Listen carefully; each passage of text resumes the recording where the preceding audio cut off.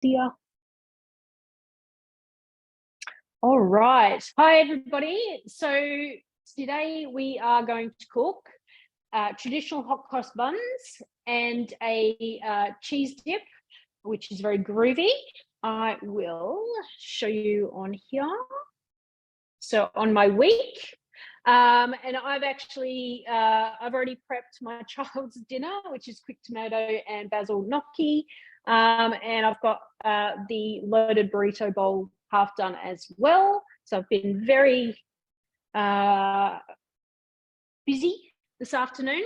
So we've got hot cross buns, and then we've got an Easter carrot cheese dip. Oh, my other camera is frozen. 1 second.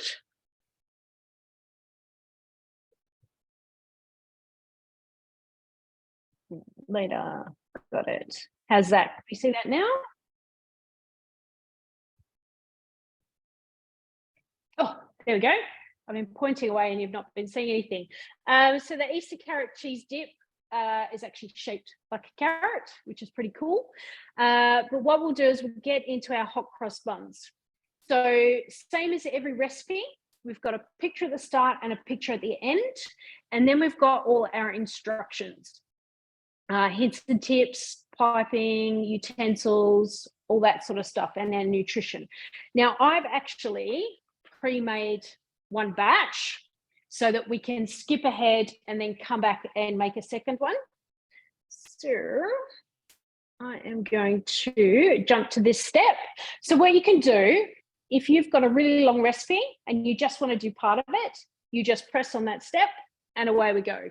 So I've pre-made the dough, wrapped it in my bread mat for at least an hour, and then it says knock down the dough and divide it into 12 equal pieces. So I am just going to get, nope, I will use my spatula. So let me tilt this down so that you can see what I am doing. There we go. So there's our pre-made dough, looking rather gorgeous. And then it says divide into 12 sections. Now, because we're using our bread mat, do not use a knife. Always use your spatula or one of those plastic pasta jobbies. So I'm going to cut that in half. Oh, hang on, knock down first. Bread and stuff is not as soft and, what should I say, not as gentle as you think it is. So that's 4. And then I'll roll them into balls and then split them into 3. You can actually weigh them, work out what you need, what sizes you need and weigh, but we like the rustic look. So I'm just going to, in fact, let me bring the scales up. So you can just press the 3 dots up the top right-hand corner. 97, 82, and this problem is, yeah, 124. So a little bit more in that, a little bit more in that. We're good to go. Yep, 100. Let's see how good I can be. Oh, 97 and 105, close enough. All right. So I'm just going to roll them. There we go. Form into rolls, place close together, and then set aside. So I'll just put these 3 on there and then do the next lot. Bring the scales up. Scales. So has anybody made, have you guys made these before? So Never. Never. Oh, cool. So I was tossing up whether to do these ones or the chocolate ones, actually. And even my chocolate fiend said the normal ones. So I'm like, okay, we'll do that. So when I make bread rolls normally, I tuck it under so that you have like a skin on the top, if you can see there, and it actually just makes a sort of tuck it under like a little mushroom. There you go. This one's going to be a bit bigger. That's all right. So you're just using the base of your hand there.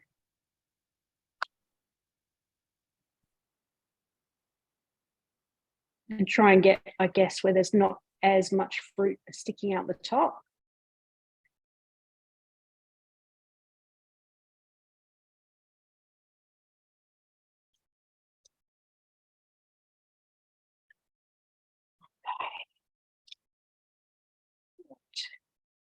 Because then we need to leave these to rise again. So do a second rise, and then we'll whack them in the oven.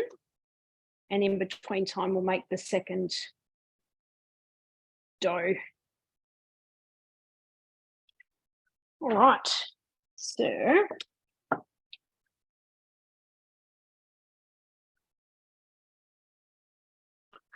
we go. So to make them sort of like a Baker's Delight loaf, you have them not all that much separated from each other.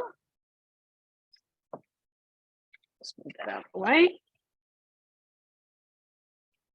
And so that with this second rise, they'll join together a bit. I'll just add a little bit to this one. They will join together and then look like a proper Baker's Delight ones. So put them quite close together. And then when they rise mostly up. Okay, so now I normally cover in a tea towel because you don't want too much air to get to them because they get a bit crunchy.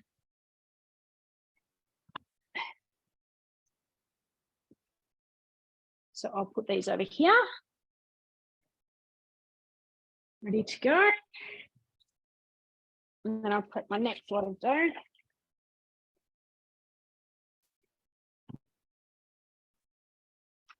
As well. So I normally do, so 4-minute rolls. Now what I'm going to do is I'm going to go back to recipe detail.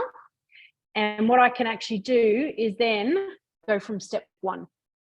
So it says if using zest. So the recipe asks for, let me tilt that back up. Recipe asks for half a lemon zest. So I'm going to do that. The first one I actually did like really thin. So I'm going to try a different thing this time just to see how the taste changes. If it does, probably not. So half a lemon or 1 lime zest only, no white pith. 100 grams of baker's flour. So when I ask for baker's flour, it's really quite important to buy baker's flour. It's normally on the bottom shelf at Coles or Woolies. Yes, it's normally 5 kilos, but it's worth it. Now, the difference between plain flour and baker's flour is that baker's flour actually has more protein than plain flour. And so you get a better result for all your breads. And then there's another flour which you can actually buy that has less protein, which is better for cakes and stuff, but that's in a packet. All right, next insert our measuring cup into the mixing bowl. Then next, so 10 seconds at speed 9, it shows me where to go. And you dial it away.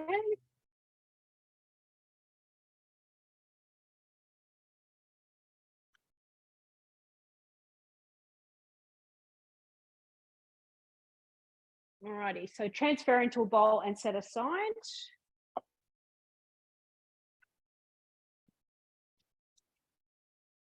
Awesome. So that's just our zest has been milled into the flour. Smells nice. All right. Put that into the bowl. There you go. All right. Doesn't say clean it, so excellent. So 250 grams of full cream milk.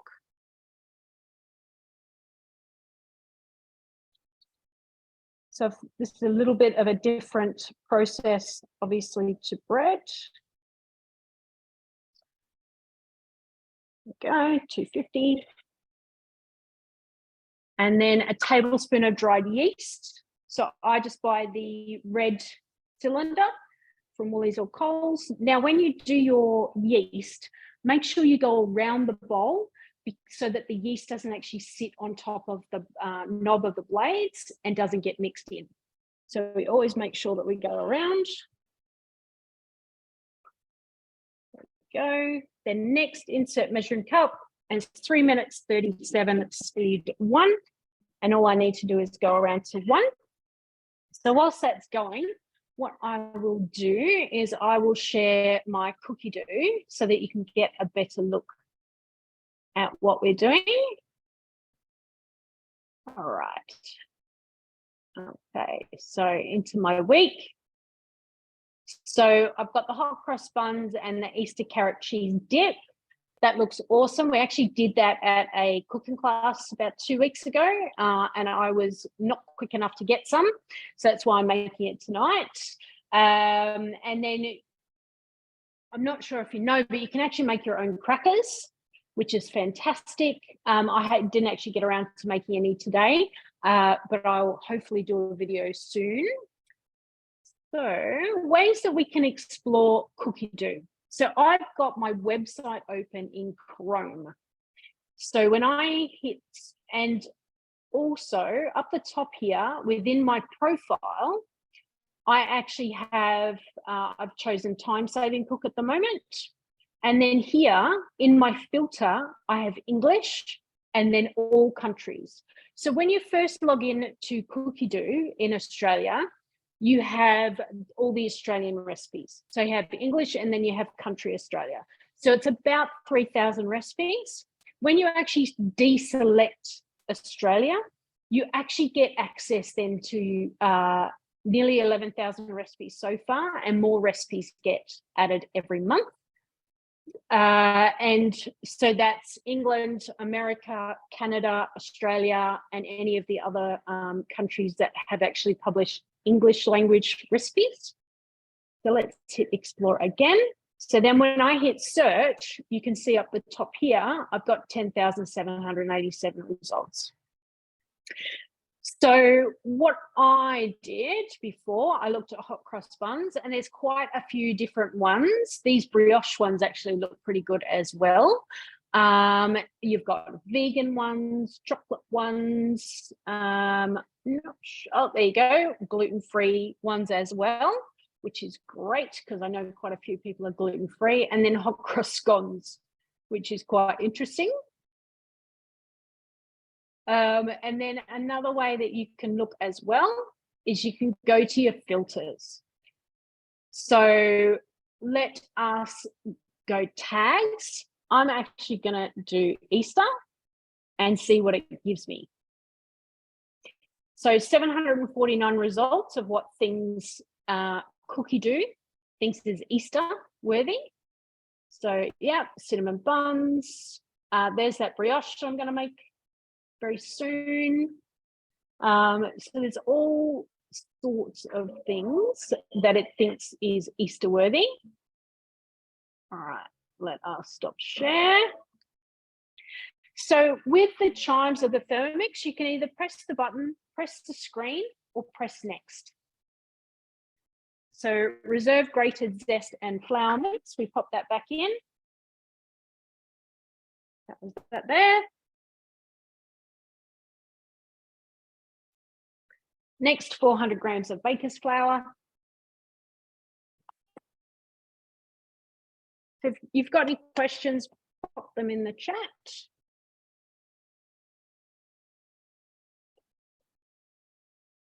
There we go. 403, close enough. Then a pinch of salt. A pinch being what you think it is. 70 grams of butter.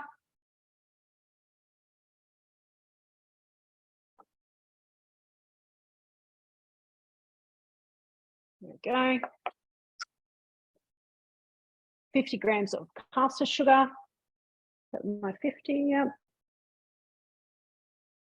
Some ingredients are repeated, so I'm just making sure that I don't choose the wrong one. 1 egg, whack that in.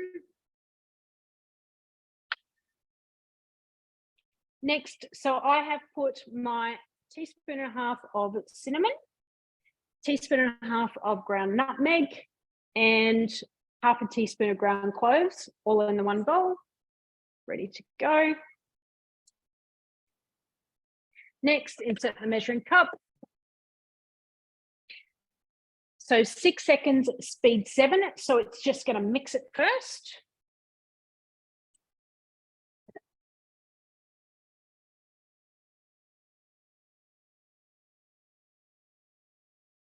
Go, and I'll show you that.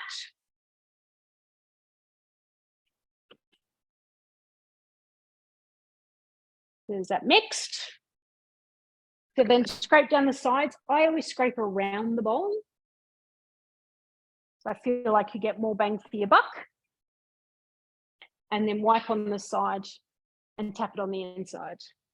I'm also going to scrape the lid, which of course the spatula is just the perfect size. Just scraping the lid.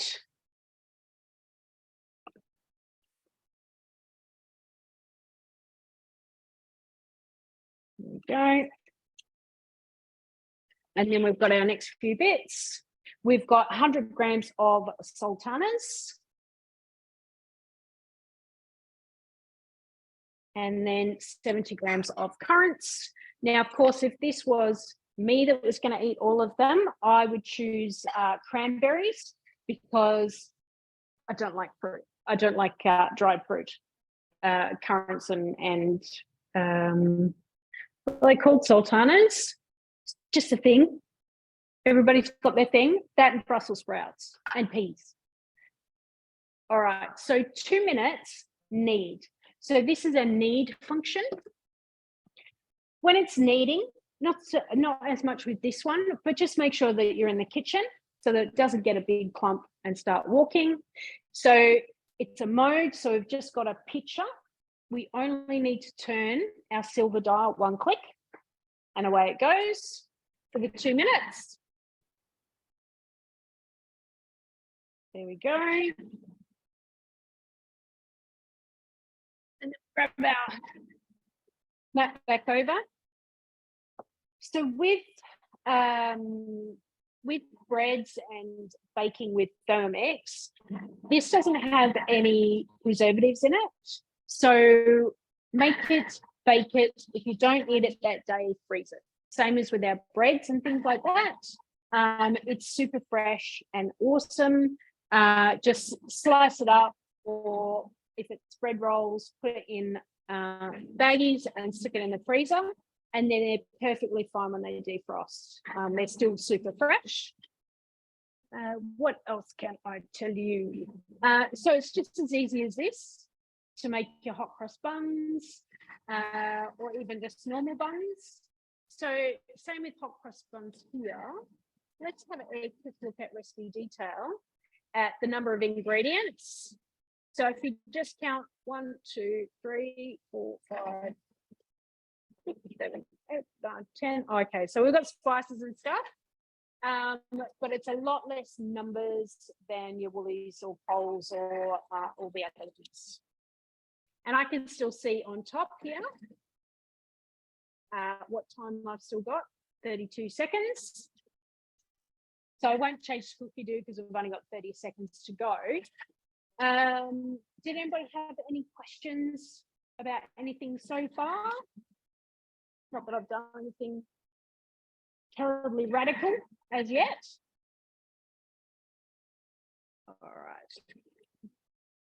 There's our kneading.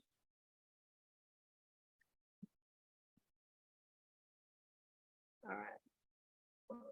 So it does say knead for an extra minute if required.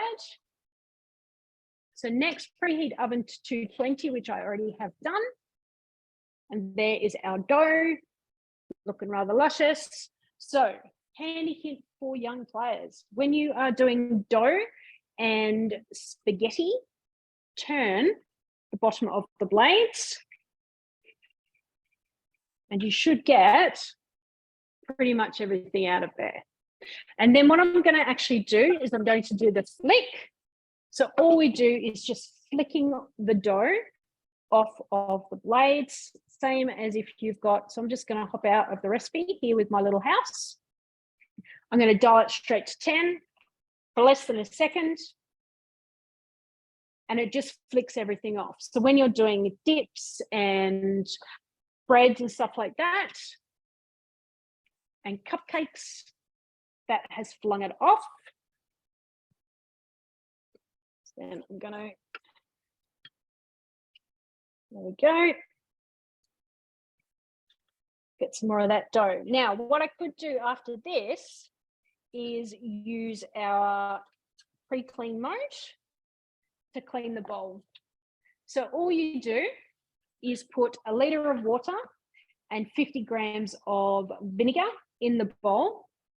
And then, oh no, here we go. And then we go to here to our pre-clean mode and you choose dough and away it goes. But since I want to keep cracking on, I'll just put this to the side and I will do that later. All right, tilt it back down for our dough. So don't add extra flour when you're doing bread and doughs and things like that, because if you add too much, it actually makes it quite hard. If you do need to do anything, put a little bit of olive oil on your hands. That'll just make it softer, if anything at all. So then I am going to do this, which leaves, so the bread mat is a Hosha wood that you can get, and you want to leave enough space for it to double without actually popping out of the bread mat, because if it pops out of the bread mat and the dough is exposed to the air while you're waiting, it does get a crunchy film on it. That's that. And then always smack it once. Don't know why, old wives' tale, but that's cool. Sometimes we just do them because we don't know it, because nobody's given us a reason not to. And it's always worked. So that's pretty cool. All right, let's bring them back. So they've grown a bit. They'll grow again a bit more in the oven. But what I'm going to do now, line a baking tray, transfer the dough onto the silicone bread mat or, ball, wrap it, prove it. We've done our dough divided into 12 equal parts. Then we are going to make our crust. So we need 80 grams of plain flour, 1 pinch of salt. So I always mill my own salt. Just have to give it a shake to get it going. My own salt and my own pepper. So then I've always got a pinch or a teaspoon going. So a teaspoon of olive oil. Up to the spoon. I do have a teaspoon here. There we go. Yep, teaspoon of olive oil. So always those things you always double check, just in case it's teaspoon, tablespoon. 100 grams of water.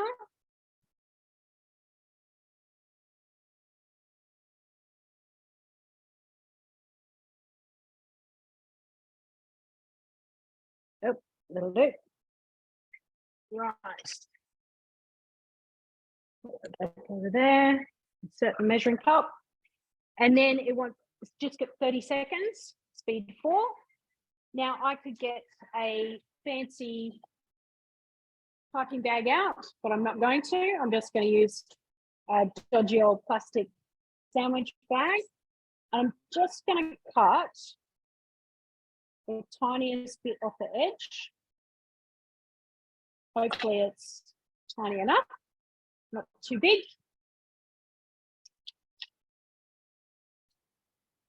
actually. I should have cut it after I put it in.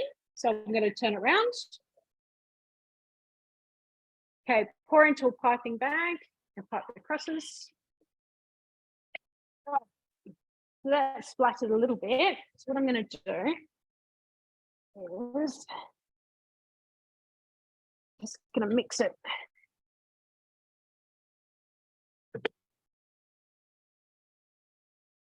There we go, that's actually mixed in properly. That's all right. There we go. So remembering not to put it in the corner that I've actually cut as yet.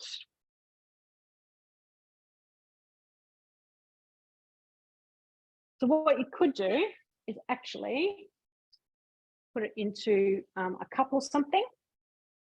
I'm actually going to put it into this bowl just to let it, so that I can, there we go, tilt down, put it in there.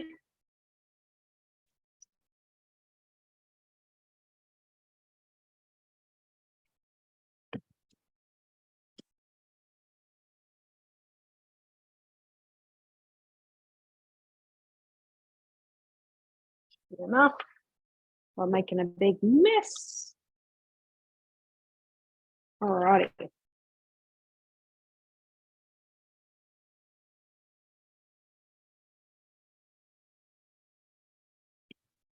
Now I will cut the small corner and cut crosses. So all you need to do is I'm just going to go all the way across.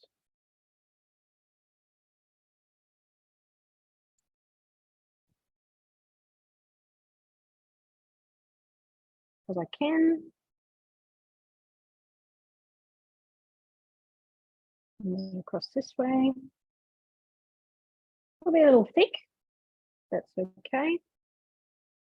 As I said, rustic is good.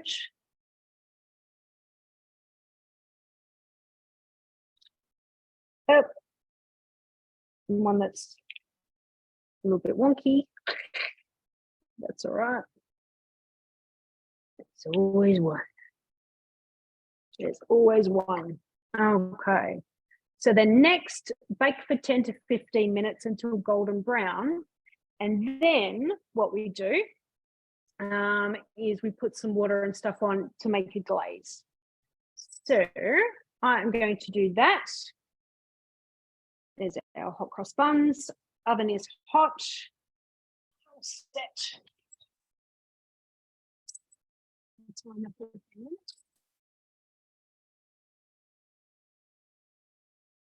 Just in case, because it's a new oven, so I don't want to possibly charcoal them. And then while we're doing that, well, it's doing that, we'll make the dip. So I cannot be trusted with flour. I'm quite sure you can see and understand. It goes everywhere. All right, so next the dip. Let us cancel the recipe so I can come out of the recipe and come back to it later. Then I am going to go back to my week and our Easter carrot cheese dip. There we go. So the top of the carrot is the parsley. So I've actually got my plate here ready. We'll see how good I'm at shaping. Promise nothing. Now, this looks a little different because what's happened, let's go into share screen. And what I have actually done is I have halved the recipe. So let's do Easter. Let's do Easter dip. I think I looked up Easter dip, and there it is, Easter carrot cheese dip. So it says serving size 1 total recipe. So what I've actually done is I've clicked on that and make it my own because it was like 2 lots of Philly cream cheese. I'm not going to eat all of that. I've got a small family, so I'm going to make it a bit smaller. So I clicked on make it your own, press start. Now I've gone half, and when you actually save it, see how you can go 0.75, 1.25. When you go less, you then have the measurements of the ingredients is in red. If you go up, it's in green.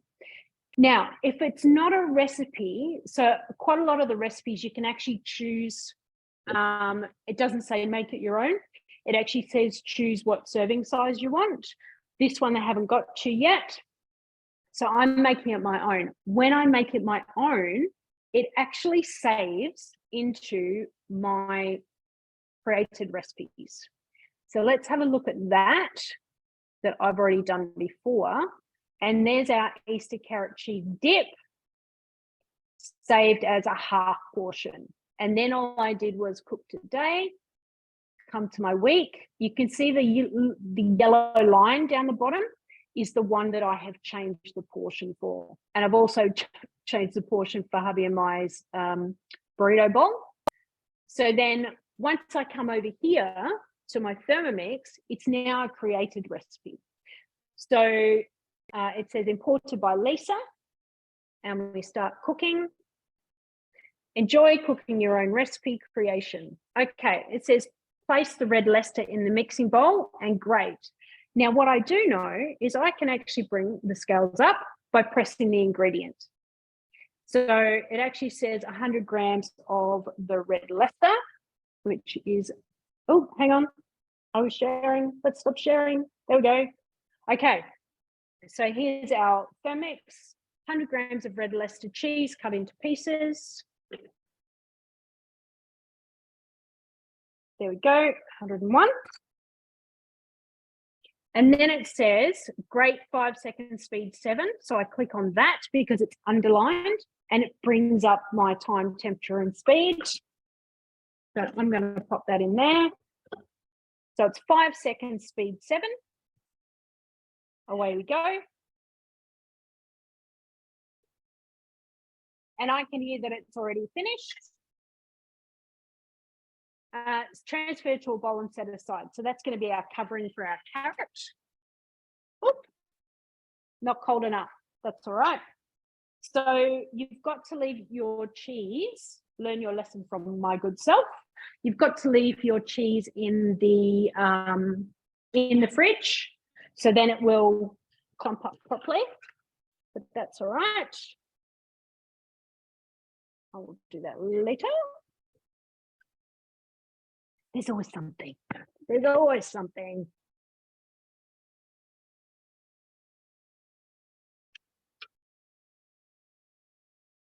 It's okay.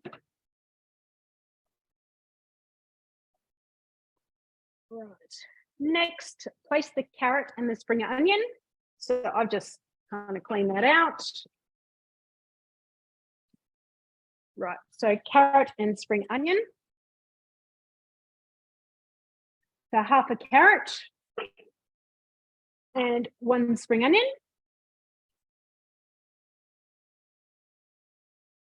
And then chop 5 seconds, speed 5. There we go. That's a trick.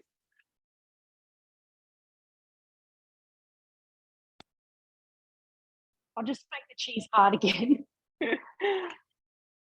All right. Okay. So then next, I'll show you that. There's our carrot. Scrape down the sides and then do another 3 seconds, speed 5.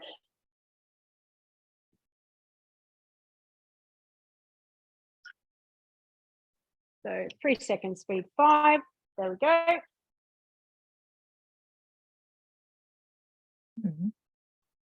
Next, scrape down the sides of the spatula. Mm-hmm. Right. Mm-hmm. So add 75 grams of the reserved grated cheese. So that's good.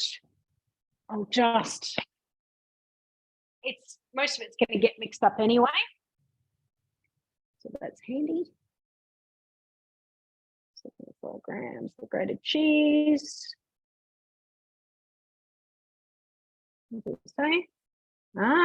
75 grams of the cheese. So it's actually 37.5 grams because it's halved it. And cheese, normal cheese. Let me just look at, I have a suspicion. Sure. Let's look at. No, that's all right. Cool. It is the red Leicester.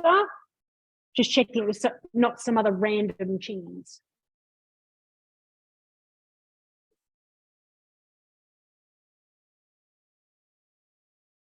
So that's actually incorrect because it was 75 grams. Now, all right. Let us just do that. Teaspoon of Dijon. And then we've got our cream cheese, which I'll do in a second. So everybody was raving about this at the cooking class. Sounds a bit weird to me with Dijon and all that sort of stuff. That's all right. So 250 grams of cream cheese, Dijon, and then I put all of my powders. So it is garlic powder, paprika, sea salt, and black pepper, all in one. Yep. There we go. And then it's 15 seconds at the speed of 3. And I just click on that and it comes up. So speed 3, 15 seconds.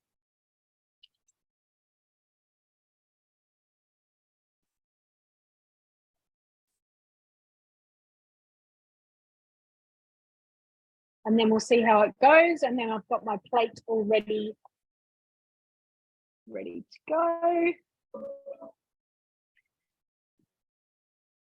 So next, spoonful the mixture at the time. Transfer to a large plate or serving platter, form a carrot shape. Using a spoon to smooth the sides, cover the carrot with the remaining reserved cheese.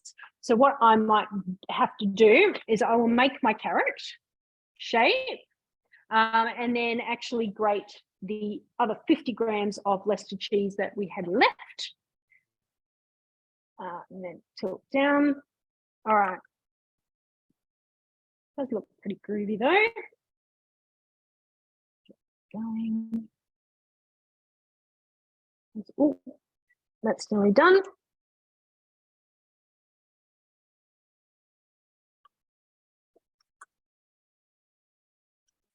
Right.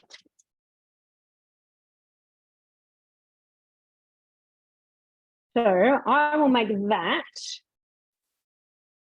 into a delightful carrot looking thing.